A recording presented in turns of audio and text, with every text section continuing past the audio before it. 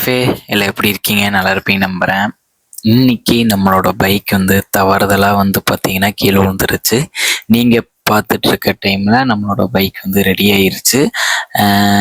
என்னாச்சுன்னா வந்து நம்மளோட பிரதர் வந்து பார்த்தீங்கன்னா நம்ம கிட்ட பைக் வாங்கிட்டு வெளியே போகிறேன்னு சொல்லிட்டு வாங்கிட்டு போனாங்க. ஸோ அங்கே வந்து பார்த்தீங்கன்னா அவங்க நிற்கும் போது ரன்னிங் டைமில் விழுந்திருந்தா, பட் வந்து ஓவராலாக ரொம்ப டேமேஜ் ஆகிருக்கும். நிற்கிற டைமில் வந்து பார்த்திங்கன்னா லைட்டாக இடித்து ஹேண்டில் அப்படியே சாஞ்சிச்சுங்க பைக்கு. அப்படி சாஞ்சதுனால வந்து பார்த்திங்கன்னா ஹேண்டில் லைட்டாக பெண்டு, ரைட் சைடு ஹேண்டில். அப்புறம் சின்ன சின்ன சாறு காயங்கள், பெருசாக இல்லைங்க, ரொம்ப ரொம்ப சின்ன சின்ன காயங்கள் தான். ஆனால் என்னென்னா அவர் வந்து சொன்னப்போ வந்து பார்த்திங்கன்னா நான் கொஞ்சம் எமோஷ்னல் ஆகிட்டேன். எமோஷ்னல் ஆகும்போது தாங்க தெரியுது இப்போ நம்ம கூட யார் யார் இருக்காங்க, நமக்கு யார் ஆறுதல் சொல்கிறாங்க. அப்புறம் வந்து பார்த்திங்கன்னா நம்மளோட வேதனைகள் சொல்லப்போனால் வந்து பார்த்திங்கன்னா நான் பைக் வந்து பார்த்திங்கன்னா ஒரு டைம் ஓட்டி பாட்டு வராங்கண்ணா, உளுந்துக்கிறதுக்கப்புறம் அந்த அடியை பார்த்ததுக்கப்புறம் ஹேண்டில் எப்படி இருக்குன்ட்டு ஓட்டி பாட்டு வராங்கண்ணா அப்படின்னு சொல்லும்போது வந்து நான் ஓட்டிகிட்டு கொஞ்சம் தூரம் போயிட்டேங்க. என்னை மீறியே வந்து என்னை கண்ட்ரோல் பண்ண முடியல. கண்ணில் அவ்வளோ கண்ணீருங்க. ரொம்ப அழுதுட்டு உண்மையிலுமே சொல்லவே முடியல, என்ன சொல்கிறதுனே தெரில. கண்ணில் ஆட்டோமேட்டிக்காக தண்ணி வந்துடுச்சு. அப்புறம் கொஞ்சம் தூரம் போயிட்டு நானும் கண்ணெல்லாம் தொடச்சிட்டு மறுபடியும் ரிட்டன் வர பைக்கு கூட வந்து நான் அவ்வளோ அட்டாச்சுங்க. அவ்வளோ அட்டாச்சாக இருக்கும்போது அது கூட இப்போ பேசிட்டு புலம்பிட்டு வரும்போது எனக்கு மட்டும்தான் தெரியும் அது என்னென்னு. பேசிட்டு வரும்போது வந்து பார்த்திங்கன்னா ஆட்டோமேட்டிக்காக கண்ணு கலங்கிடுச்சு. கரெக்டாக எங்கள் அக்கா அவங்க வந்து பார்த்திங்கன்னா பைக்கை நிறுத்தினாங்க. அப்புறம் அவங்க ஒரு சில கேள்வி கேட்டாங்க. அப்புறம் என்னடா அழுகிற அப்படின்னு சொல்லிட்டு கேட்கும்போது வந்து இந்த மாதிரி பைக் கீழே விழுந்துருச்சுங்க்கா அப்படின்னு சொல்லும்போது அவங்க அட்வைசஸ் எல்லாம் சொன்னாங்க. ஆனால் இந்த நேரத்தில் தாங்க எனக்கு ஒன்று நல்லா புரியுது. அதை வந்து நான் ஒரு ஸ்டோரியோ ஒரு ஸ்டேட்டஸாக வந்து நான் அழுகிற மாதிரி வந்து பார்த்திங்கன்னா வச்சுருந்தேன். அந்த டைமில் தான் தெரியுது நம்மளை பைக் டேமேஜ் பார்த்து சிரிச்சிருப்பாங்க. சின்னதாக ஒரு அடி தாண்டா விழுந்துச்சு, அதுக்கே வந்து எமோஷ்னல் ஆகிற மாதிரி வந்து ஸ்டோரி போடுற அப்படின்னு சொல்லிட்டு நிறைய பேர் சொல்லியிருந்தாங்க. ஆனால் என்னென்னா வந்து எனக்கும் அந்த பைக்குக்கு இருக்கக்கூட கனெக்ட் வந்து ரொம்ப ரொம்ப இதுங்க. ஏன்னா வந்து சின்ன வயசுலேருந்து ஆசைப்பட்ட ஒரு பொருள் கூடமே வந்து நமக்கு கிடைச்சிருக்காது, ஓகேங்களா? எனக்கு கிடைக்கல இது முடிக்கு. இப்போதான் ஆசைப்பட்டு ஒரே ஒரு பொருள் கிடைச்சிருக்கு. அதுவும் வந்து என்னோட எல்லா விஷயத்தையும் ஏற்றுக்கிட்ட ஒரு பொருள் அப்படின்னா வந்து என்னோட பைக்குங்க. உண்மையிலுமே நான் சொல்லப்போனால் என்னோட எமோஷ்னல்ஸ், ஃபீலிங்ஸ், டிப்ரெஷன்ஸ் எல்லாத்துக்குமே ஒரு மருந்து அப்படின்னா வந்து என்னோட பைக் அண்ட் நான் பண்ணுற ட்ராவல், அவ்வளோதாங்க. இதைத்தான் நான் சொல்லுவேன். இதுக்கு போய் கிரிஞ்சு மாதிரி ஸ்டோரி போடுறேன் அப்படி இப்படின்னு நிறைய பேர் கலாய்க்கிறாங்க. அதெல்லாம் நான் வந்து பார்த்திங்கன்னா இந்த காதல் வாங்கி அந்த காதல் விட்டுருங்க. எப்போவுமே நான் அப்படி தான். எந்த ஒரு விஷயம் எனக்கு பிடிக்காத ஒரு விஷயம் சொன்னாங்கன்னா நான் எப்போவுமே வந்து அதை அவாய்ட் பண்ணிடுவேன். எனக்கு பிடிச்ச அட்வைஸ் பண்ணி அது எனக்கு வந்து அந்த அட்வைஸ் வந்து எனக்கு வந்து அது ஓகே, இவங்க சொல்கிறது கரெக்டாக இருக்குது, இந்த அட்வைஸ் நமக்கு இது கரெக்டாக இருக்குது, அதுக்கு நம்ம இந்த மாதிரி ட்ரை பண்ணலாம் அப்படின்னு சொல்லி தான் நான் யோசிப்பேன். மற்றபடி நமக்கு செட்டே ஆகாத வந்து சொன்னாங்கன்னா வந்து இந்த காதல் வாங்கி அந்த காதல் விட்டுருவேன். ஆனால் இதுக்கு தாங்க எனக்கு என்னென்னா அடுத்து நம்பர் பிளேட் வந்து பார்த்திங்கன்னா ஒரு 1 வீக்குக்கு முன்னாடியே காணாமல் போயிடுச்சு.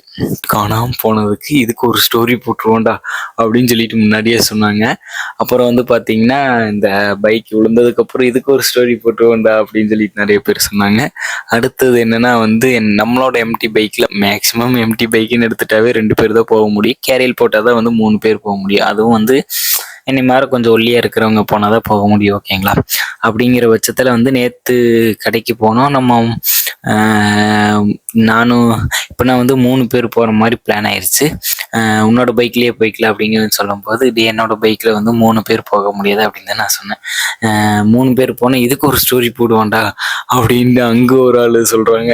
என்னடா இது, நான் எது சொன்னாலுமே தப்பாக சொல்கிற மாதிரி சொல்கிறாங்க அப்படின்னு சொல்லிட்டு பைக் விழுந்ததுக்கு ஏன்டா இவ்வளோ ஃபீல் பண்ணுறேன் அப்படின்னு கேட்டிங்கன்னா தெரிலிங்க, உண்மையிலுமே தெரில. ஆக்சுவலி நான் எமோஷ்னல் டைப் தான், ஆனால் அந்தளவுக்கு ஃபீல் பண்ண மாட்டேன் எதுக்குமே. ஆனால் பைக் விழுந்ததுக்கு கொஞ்சம் ரொம்ப உடஞ்ச மாதிரி ஃபீல் பண்ணேன். ஃபஸ்ட்டு அந்த 1 மணி நேரம் 2 மணி நேரம் ரொம்ப ரொம்ப ரொம்ப ரொம்ப ஃபீல் பண்ணுங்க. அதுக்கப்புறம் வந்து பார்த்திங்கன்னா பைக்கை வந்து இப்போ முடிக்குமே வீட்டுக்கு தெரியாதுங்க. உண்மையிலுமே சத்தியமாக இப்போ முடிக்க பைக் கீழே விழுந்தது வீட்டுக்கே தெரியாது. ஃப்ரெண்டு வீட்டில் நிறுத்திட்டேன். இது வந்து பார்த்திங்கன்னா 2 நாள் ஆச்சு. அப்புறம் வந்து ஷோரூம் கெட்டு போயிட்டாங்க. நான் வந்து அந்த நாள் வந்து ஒர்க்குக்கு போயிட்டேன். ஹேண்டில் வந்து பெண்ட் எடுத்தால் போதுங்க, புதுசு நம்ம போட தேவையில்லை, பெண்ட் எடுத்தால் போதும். அப்புறம் வந்து பார்த்திங்கன்னா வீலோட அலைன்மெண்ட் எல்லாம் செக் பண்ணிட்டேன். எப்போவுமே ஒரு பைக் நீங்கள் கீழே விழுகும் பொழுது நீங்கள் அதோட பைக்கோட வீலோட அலைன்மெண்ட் அப்புறம் பிரேக்ஸ் அதெல்லாமே செக் பண்ணுறது ரொம்ப ரொம்ப நல்லது. ஏன்னா நான் இப்போ தாங்க ஃபஸ்ட் டைம் பைக் கீழே போட்டு இதெல்லாம் செக் பண்ணேன். அப்புறம் அலைன்மெண்ட் எல்லாம் செக் பண்ணிவிட்டு எல்லாமே கரெக்டாக இருந்துச்சு. அதுக்கப்புறம் வந்து பார்த்திங்கன்னா மக்காடு மட்டும் கொஞ்சம் நல்லா ஃப்ரண்ட் மக்காடு நல்லாவே தேஞ்சிருச்சு. அதோட ஃபோட்டோ கிளிப் இல்லைன்னு நினைக்கிறேன். பட் சின்ன சின்ன வீடியோஸ் எடுத்திருந்தால் அதில் கிளியராக இல்லை. ஏன்னா கொஞ்சம் இருட்டுக்குள்ளே எடுத்த மாதிரி இருக்கும். அதுங்காட்டி வந்து அதெல்லாமே வந்து பார்த்திங்கன்னா அண்ணாவே பெயிண்ட் பண்ணி கொடுத்துட்டாங்க. டோட்டலாக வந்து நம்ம பைக் டேமேஜ் ஆனதுக்கு எவ்வளோ செலவாச்சுன்னு பார்த்திங்கன்னா வந்து 1300 பக்கம் செலவாச்சுங்க. அதுவும் வந்து பார்த்திங்கன்னா அந்த அண்ணாவே கொடுத்துட்டாங்க. ஸோ என்னதான் இருந்தாலும் எடுத்துகிட்டு போனவங்க செலவு பண்ணி தான் கொடுப்பாங்க. என்னென்னா வந்து பைக்கு சின்ன சின்ன ஆக்சசரிஸ் வாங்குறதுக்கு கூட நம்மகிட்ட காசு இல்லை. அப்படிங்கிற பட்சத்தில் ரெடி பண்ணுறதுக்கு எப்படிங்க நம்மகிட்ட காசு இருக்கும்? நீங்களே யோசிச்சு பாருங்கள். ஆனால் நிறைய பேர் இப்போ தாங்க நிறைய புரியுது, நம்ம கீழே விழுந்துட்டா யார் சிரிக்கிறாங்க, யார் நம்ம கூட இருக்காங்க அப்படின்னு சொல்லிட்டு. இப்போலிருந்து இதுதான் என்னோடய ஃபஸ்ட் ஸ்டெப் அப்படின்னே சொல்லலாம். இப்போ தான் தெரியுது யார் யார் எப்படி நடந்துக்கிறாங்க அப்படின்னு சொல்லிட்டு. பார்த்துக்கலாங்க. எல்லாமே வந்து நான் கிரிஞ்சுத்தனமாக பண்ணுறேன் அப்படின்னு சொல்லிட்டு நிறைய பேர் நினைக்கலாம். ஆனால் வந்து எனக்கு அப்படி தெரியலிங்க. ஏன்னா வந்து பைக்கை வந்து ஒருத்தர் நேசித்து லவ் பண்ணுறான்னா அந்த பைக் மேலே எவ்வளோ லவ் வச்சுருப்பா, அந்த பைக் மேலே எவ்வளோ அன்பு வச்சுருப்பா. அந்த பைக்குக்கு எது ஒன்றா வந்து இப்போ கூடங்க ஒன்றும் இல்லை. இப்போ கூட தான் நான் டீ குடிக்க போயிட்டு வந்தேன். டைம் எவ்வளோ ஆச்சுன்னு பார்த்தீங்கன்னா வந்து மணி 1 ஆச்சுங்க. உங்களுக்கு கரெக்டாக தெரியுமான்னு தெரியல, 1:05 ஆச்சு. இப்போ தான் நான் டீ குடிச்சிட்டு பைக்கு கூட பேசிட்டு சேஃபாக நிறுத்தி வச்சுட்டு வந்திருக்குங்க வெளியே. இப்போ மறுபடியும் கொஞ்ச நாள் கழிச்சு தூக்கம் வரலைங்க, பாட்டு கேட்டுருந்தேன். இப்போ மறுபடியும் வந்து பார்த்திங்கன்னா நான் மறுபடியும் டீ குடிக்க போனாலும் போவேன். ஏன்னா நாளைக்கு வந்து பார்த்திங்கன்னா நமக்கு லீவு. நார்மலாகவே நமக்கு தூக்கம் வராத, நாளைக்கு லீவுங்கும்போது சரி எக்ஸ்ட்ரா காலையில் தூங்கிக்கலாம் அப்படின்னு சொல்லிட்டு தூங்கிட்டு இருக்கேன். ரெகுலராக எப்படி வீடியோ கொடுக்குறதுன்னு தெரில. அப்புறம் வந்து இந்த ஏர்கட் பாருங்கள் எப்படி இருக்குன்னு சொல்லிட்டு. இப்போ வர வர நானே ஸ்மார்ட்டாக அழகாக இருக்குங்க. எனக்கு நான் அழகாக தெரிஞ்சா போதுங்க, மற்றவங்களுக்கு எவ்வளோக்கு அழகாக தெரியும்னு அவசியம் இல்லை. இங்கேயே பேச வந்து எங்கேயோ பேசிகிட்டு இருக்குங்க உண்மையிலுமே. அப்புறம் பைக் வந்து நிறைய பேர்த்துக்கு பைக்கு இப்போ வந்து என்ன சொன்னவங்க எல்லாத்துக்கும் நான் சொல்கிற ஒன்றுனா வந்து நீங்கள் ஒன்றும் இல்லைங்க, இன்ஸ்டா ரீல்ஸ், யூடியூப்ஸ் அப்படி இப்படின்னு நீங்கள் பார்க்கும்போதே உங்களுக்கே தெரியும் ஒரு பைக் மேலே எவ்வளோ லவ் வச்சுருக்கா அப்படின்னு சொல்லிட்டு. அது கொஞ்சம் அழுக்கானாலே அவன் மனசு வந்து ரொம்ப சங்கடப்படுங்க. நான்லாம் வந்து பார்த்திங்கன்னா நிறைய நாள் பைக் கழுவாமல் இருந்திருக்கேன். அதெல்லாம் நினைக்கும் போது எனக்கே கஷ்டமாக இருக்குது. இப்போ கூட வந்து பார்த்திங்கன்னா காலையில் நேரத்தில் இருந்துச்சு பைக்கை வந்து வாஷ் பண்ணணுங்க. சர்வீஸ் உள்ள அப்படின்னு சொல்லிட்டு தான் நினச்சேன். நான் நைட்டு வந்ததே கொஞ்சம் லேட்டாக தான் வந்தேன். அப்படிங்கும்போது சர்வீஸ் சென்டர் இருக்காது, ஏன்னா நாளைக்கு லீவு. அப்படிங்கும்போது சரி நம்ம காலையிலேயே வாஷ் பண்ணிக்கலாம் அப்படின்னு சொல்லிட்டு காலையில் வாஷ் பண்ணிவிட்டு காலையில் ஃபஸ்ட்டு வேலை வந்து கோயிலுக்கு போய் பூஜை போடணுங்க. ஏன்னா நம்ம பைக் எடுத்ததுலேருந்து நிறைய பேர் ரொம்ப கண்ணு வச்சுருப்பாங்க, இவனுக்கு இந்த பைக்காடா, இவனுக்கு அவனுக்கு அந்த பைக்கே செட் ஆகலை அப்படி நிறைய பேர் பொறாமப்படலாம். நிறைய பேர் வந்து எப்படி வேணா நினைக்கலாங்க. அதுங்காட்டி வந்து காலையிலேயே வந்து ரொம்ப நாள் ஆச்சு பூஜை போட்டு. அதுங்காட்டி வந்து காலையில் வந்து பூஜை போட்டுட்டு அப்புறம் அதுக்கப்புறம் வந்து பார்த்திங்கன்னா எங்கேயாச்சும் ஒரு பக்கம் போகிற மாதிரி பிளான் பார்ப்போம். 2-3 பிளான் இருக்குங்க. ஒருத்தவங்க வந்து பார்த்திங்கன்னா வீடியோ ஷூட்டுக்கு வந்து கூப்பிட்டுருந்தாங்க. அவங்க வந்து அவங்க ரீல்ஸ் சூப்பராக பண்ணுவாங்க.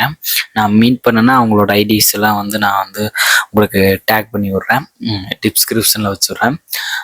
அவங்கள மீட் பண்ணி அவங்க கூட ஜாலியாக இருக்க போகிற மாதிரி இருக்கலாம். அப்படி இல்லைன்னா வந்து நம்ம ஒரு பக்கம் போகலாம் அப்படின்னு சொல்லிட்டு ஒரு பிளான் பார்ப்போங்க. எப்படி எதுங்கிறதெல்லாம் வந்து பார்த்திங்கன்னா நம்ம 2 நாளைக்கு ஒருக்கா நம்ம வீடியோஸ் போட்டிருக்கோம், மறக்காமல் செக் பண்ணி பார்த்துங்க. ஐயோ ரொம்ப அழகாக இருக்குடா அந்த லைட்டு வெளிச்சத்துக்கு. ரொம்ப டார்க்காக நம்ம இருந்தாலும் பட் அந்த லைட்டு வெளிச்சத்துக்கு ரொம்ப ரொம்ப அழகாக இருக்கும். நமக்கு நம்ம அழகாக தெரியறதுல தப்பே இல்லை, வேறு யாருக்கும் தெரியவே தேவையில்லைங்க. ஓகேங்க, இதுதான் வந்து நம்மளோட பைக் கீழே விழுந்துருச்சுன்னு சொல்கிறதுக்காக தான் இந்த ஒரு லாக். இது எங்கெங்கேயோ பேசி எங்கேயோ கொண்டு போயிட்டுருக்குங்க நான் உண்மையிலுமே. அதே மாதிரி இதுக்கப்புறம் நம்ம பைக் ஓட்டுறது வந்து கொஞ்சம் ஸ்லோ பண்ணிக்கலாம் அப்படின்னு சொல்லிட்டு அவாய்ட் பண்ணிக்கலான்ட்டு இருக்கேன். ஏன்னா வந்து அது ஏங்கிறதெல்லாம் வந்து நம்ம ஒரு மோட்டோலாகில் சொல்லலாம். இப்போ பேசுனா எதை பற்றி பேசுறேன்னு எனக்கே தெரியாது. ஒரு டாப்பிக்காக வந்திருப்பேன், ஆனால் அந்த டாப்பிக்கை தாண்டி பேசிகிட்டு இருப்பேன்.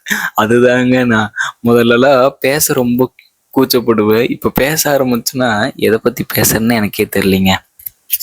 ஸோ ஓகேங்க, இந்த வீடியோ இதோட என் பண்ணிக்கிறேன். நம்ம சேனலை சப்ஸ்கிரைப் பண்ணாமல் பார்த்துருந்தீங்கன்னா மறக்காமல் சப்ஸ்கிரைப் பண்ணி பில் பட்டன் தட்டி வச்சுங்க. அப்பப்போ அந்த ஃபோட்டோ பின்னாடி பார்க்கும்போது கண்ணே கலங்குதுங்க. உண்மையிலுமே அந்த ஃபோட்டோ வந்து பார்த்திங்கன்னா மேலே இருக்கா, அதை பார்க்கும்போதெல்லாம் கொஞ்சம் கண்ணே கலங்குது.